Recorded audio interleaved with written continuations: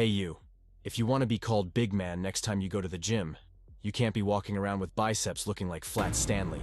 Biceps are one of the first muscle groups the average person notices on somebody else, so pay attention if you're planning on actually filling out the compression shirt that you blew all your money on. First of all, let's get this out of the way. You can't change your bicep genetics, so if you're looking like you got tennis balls stuffed in your arms, growing your biceps is only going to result in bigger balls. Luckily, some people love looking at that type of thing, so don't worry about it. Honestly though, it's really just an aesthetic preference. Even Arnold had biceps like that with a slight gap, but bigger peak. Alright, so the bicep has two main parts, the long head and the short head. But there's an extra overlooked muscle you should always be training with the bicep to really increase how large your arm looks. And no, it's not the triceps. Stick around till the end of the video to see what it is. Okay, so now you know the names of the two parts of the muscle, which accomplishes about as much as knowing y equals mx plus b after school, aka nothing. So let me simplify it for you. A lot of people will tell you to just change your grip width on a barbell when doing curls to change what head you are targeting. But the much better way is to use shoulder position as the main factor instead. When your shoulders and arms are in front of you, you are emphasizing the short head, and when your shoulders and arms are behind you, you are working the long head. Seems simple enough, right? Well, unfortunately, over the years, the fitness industry has pushed more bicep exercises than there are episodes of Grey's Anatomy. So which ones should you actually do? In my last video, I go over how sometimes you have to sacrifice training like Leon Edwards in order to gain more muscle, and this is true for the standard bicep curl, which is much better performed on an inclined bench than standing up to target the long head.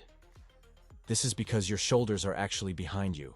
The bench makes it less likely that you will use momentum to cheat on reps, and it overall just allows for a much better contraction and stretch on your biceps. As with all bicep exercises, remember to squeeze at the top and control the way down. Keep your wrists in a consistent position. In my opinion, this is the only exercise you need for the long head. It's a tried and trusted method that is simple and can even be done at home if you have a bench and dumbbells, unlike some other bicep exercises that require cables. On to the short head, the most popular exercise is the preacher curl. This checks off the boxes of good stability and shoulder position. But if you're like me and watched one too many videos of someone tearing their biceps doing this exercise, there are some alternatives. The spider curl is pretty much the opposite of the incline curl because you're just lying face down on the bench. But this position can be pretty awkward, especially if you're using a cheap bench that tips over and makes your life flash before your eyes. Definitely hasn't happened to me before. The chin-up is also an exercise that can target the short head, because your arms are slightly in front of your body when performing the movement. Or at least they should be. This shouldn't have to be said, but some of y'all look like a fish flopping about on land when doing chin-ups, so keep your body controlled and legs straight if possible. This will also engage more core, which you probably need because we all know you haven't hit abs since 2023. If chin-ups are too hard, use resistance bands to assist you up at first, and if they are too easy, add weight. Like I said in the beginning, biceps are an important muscle group because they can actually be seen with a t-shirt on, but of course that is no excuse to neglect any other muscle groups. And they are actually quite small, which is why picking just 2 exercises to target both heads is a perfectly reasonable plan rather than just spamming out every new variation you see online. So let's say you're implementing these exercises, doing 2 to 4 sets for each, and training intensely. Your biceps are more bulging than ever, but your forearms still look like a stick. Well, that's where the brachioradialis comes in. Just like the bicep, many people get too caught up in trying to hit every single millimeter of muscle in their forearms directly.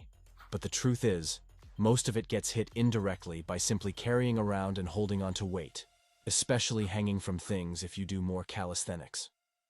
Just incorporating a couple sets of hammer curls after your other bicep curl variations will target the brachioradialis and increase your forearm size immensely.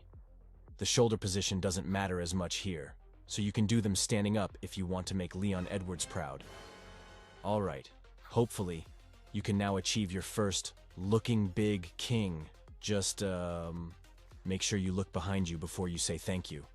Thanks for watching, good luck on your fitness journeys, and subscribe for that coveted bicep vein.